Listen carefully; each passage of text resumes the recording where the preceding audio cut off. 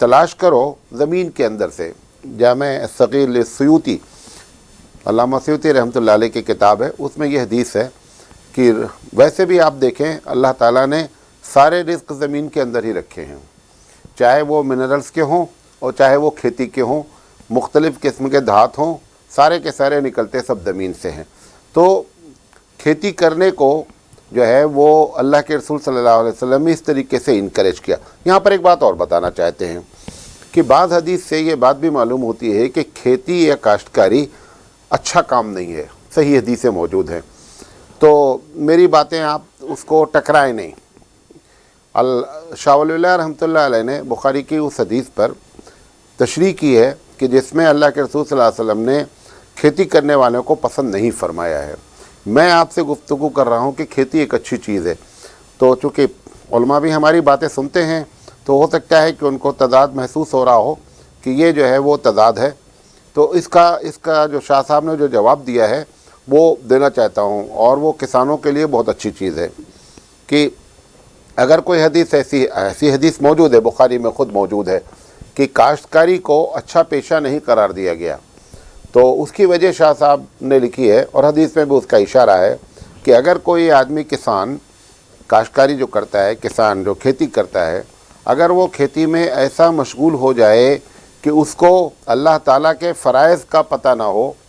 جہاد سے اس کا کوئی تعلق نہ ہو، اور وہ لوگوں کے حقوق ادا نہ کر رہا، 24 گھنٹے کھیت میں لگا ہوا ہے، جیسا کہ بعض کسان ہم کو نظر آتے ہیں 24 گھنٹے اسی میں لگے رہتے ہیں، اوڑھنا بچھونا کھانا پینا سب کچھ ان کا وہیں ہوتا ہے. ایسے کسان کو اسلام پسند نہیں کرتا ہے. اسلام چاہتا ہے کہ کھیتی کے ذریعے مخلوق کی خدمت ہو، لیکن اس کا یہ مطلب نہیں ہے کہ کھیتی کرنے والا اللہ کے دوسرے تمام احکامات سے کیا ہو جائے، دور ہو جائے.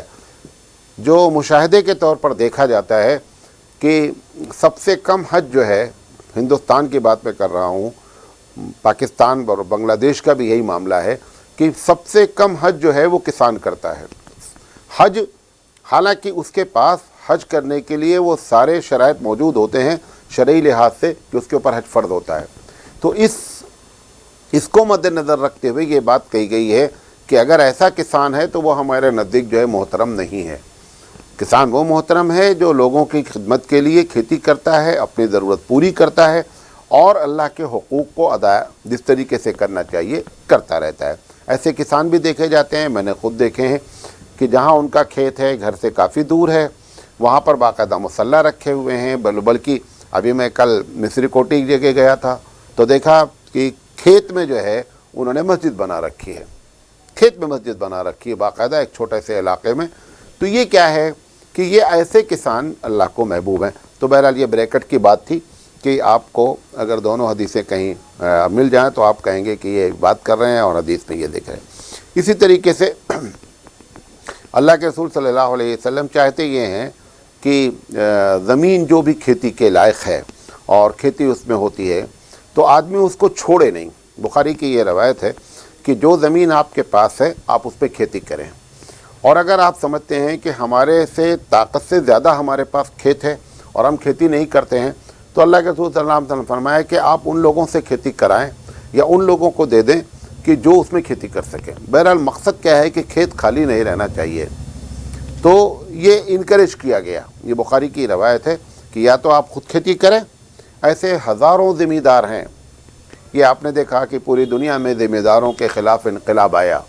فرانس میں آیا، بھارت میں آیا، اور بھی دوسری جگہ پہ روزانہ کچھ نہ کچھ جو ہے وہ ذمہ داروں کے خلاف ہوتا رہتا ہے. وجہ کیا ہے کہ وہ ذمہ دار ہیں حقیقت میں کسان کم ہیں،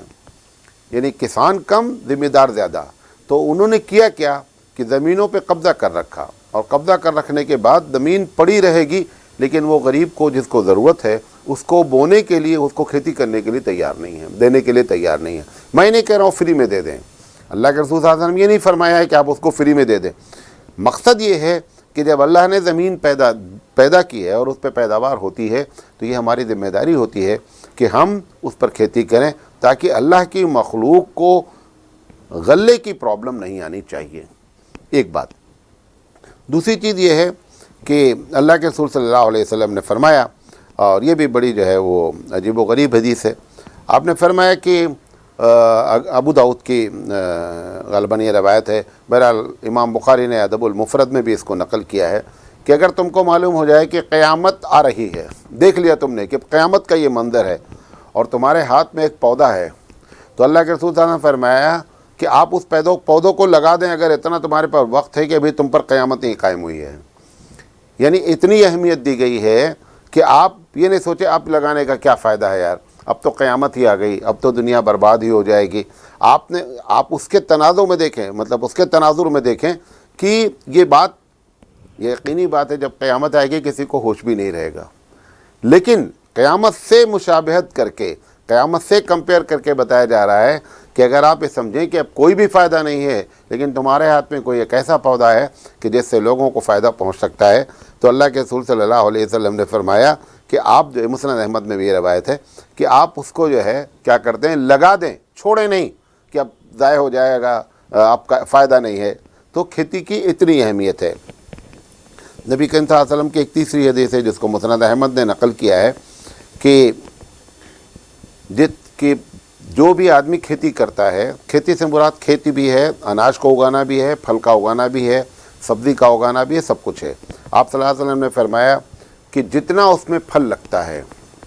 اگر وہ دھان کا کھیت ہے تو اس میں دھان لگتا ہے، گیہوں کا کھیت ہے تو گیہوں لگتا ہے، آم کا کھیت ہے تو آم لگتا ہے، جو بھی اس میں لگتا ہے، مسند احمد کی روایت ہے، اللہ کے رسول نے فرمایا کہ جتنا اس کا پھل ہوتا ہے اتنا ہی تم کو ثواب ملتا ہے۔ یہ